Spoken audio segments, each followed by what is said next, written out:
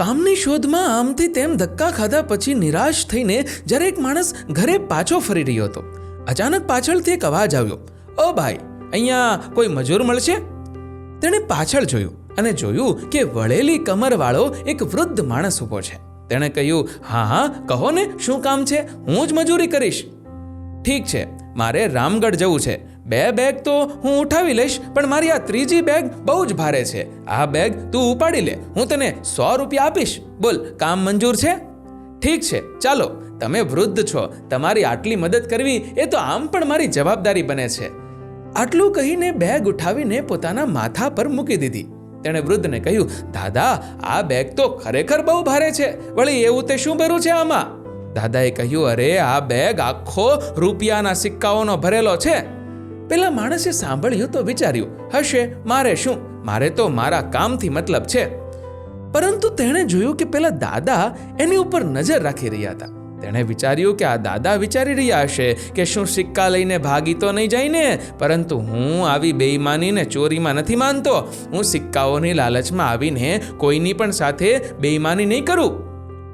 ચાલતા ચાલતા આગળ એક નદી આવી. પેલો માણસ તો ઝડપથી નદી પાર કરવા માટે પાણીમાં ઉતર્યો, પણ વૃદ્ધ દાદા નદીના કાંઠે જ ઊભા રહી ગયા. તેણે દાદા તરફ જોતા પૂછ્યું, શું થયું દાદા, તમે કેમ અટકી ગયા?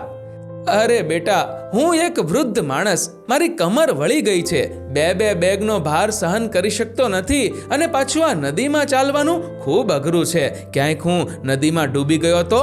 તું 1 બેગ હજી ઉઠાવી લે ને. પૈસાની ચિંતા ન કર, હું તને 100 રૂપિયા બીજા આપીશ. ઠીક છે, લાવો. પરંતુ આને લઈને તું ભાગી તો નહીં જાને? કેમ, હું શું કામે ભાગું? ભાઈ, આજકાલ કોઈનો શું ભરોસો? આમાં ચાંદીના સિક્કા છે. દાદા, હું તમને શું ચોર લાગુ છું? ચિંતા ન કરો, હું ચાંદીના સિક્કાના લોભ માટે કોઈને છેતરવાનો નથી. લાવો, આ બેગ મને આપી દો. બીજી બેગ ઉઠાવીને તેણે નદી પાર કરી લીધી. ચાંદીના સિક્કાની લાલચ પણ તેને રોકી ન શકી. થોડે આગળ ચાલ્યા પછી એક ટેકરી સામે આવી. પેલો માણસ તો ધીમે ધીમે ટેકરી પર ચડવા લાગ્યો, પરંતુ વૃદ્ધ દાદા નીચે જ ઊભા રહી ગયા. તેણે કહ્યું, દાદા, કેમ ફરીથી અટકી ગયા? અરે બેટા, હું એક ઘરડી કાયા, એક તો કમર પર બેગનો વજન અને ઉપરથી ટેકરીની ચઢાઈ, બરાબર ચાલી પણ નથી શકતો, તો ઉપર કેમ ચડવું? તો લાવો, આ બેગ પણ મને આપી દો, અને આના વધારે પૈસા પણ નહીં આપતા, બસ. પણ આ બેગ હું કેવી રીતે આપું? આમાં તો સોનાના સિક્કા છે, અને જો એને લઈને તું ભાગી ગયો તો હું વૃદ્ધ માણસ તારી પાછળ દોડી પણ નહીં શકું. દાદા, કહ્યું તો ખરા, હું એવો માણસ નથી. આ ઈમાનદારીના ચક્કરમાં જ તો મારે આ મજૂરી કરવી પડે છે.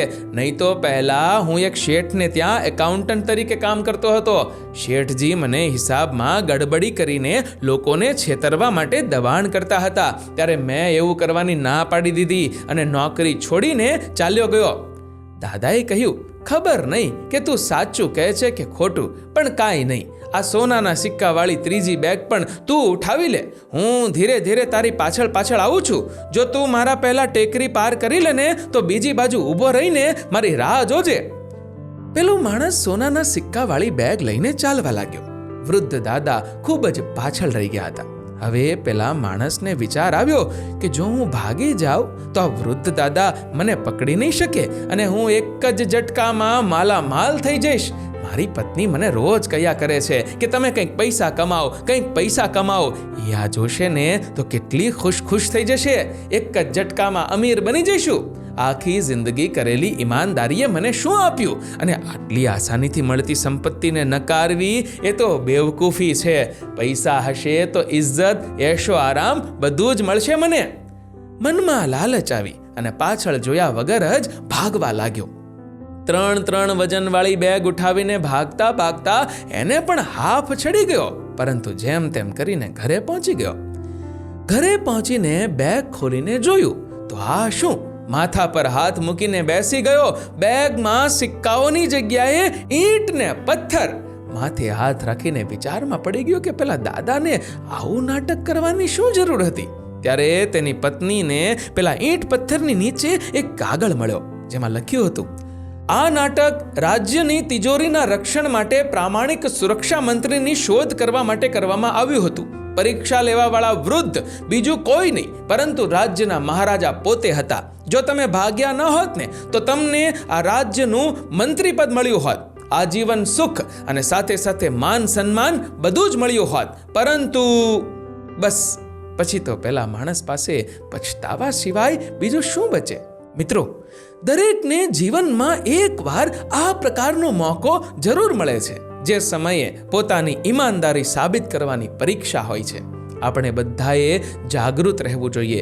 જીવનના દેવતા ક્યારે આપણામાંથી કોની પરીક્ષા લઈ લે, લોભ લાલચના ચક્કરમાં ન આવીને નક્કી કરેલા લક્ષ્યને પકડી રાખવામાં આવે તો એક દિવસ સફળતા જરૂર મળે છે. તમારું આ વિડીયો વિશે શું કહેવું છે? નીચે કમેન્ટ કરીને જરૂરથી જણાવજો. અને મિત્રો, જો વિડીયો ગમ્યો હોય તો લાઈક કરજો, વધુમાં વધુ લોકો સાથે શેર કરજો અને આવા જ પ્રેરણાદાયી વિડીયોઝ જોવા માટે સબસ્ક્રાઇબ કરો અમારી ધ ગુજ્જુ મોટિવેશન નામની યુટ્યુબ ચેનલને અને ફેસબુક પર ફોલો કરો અમારા પેજને.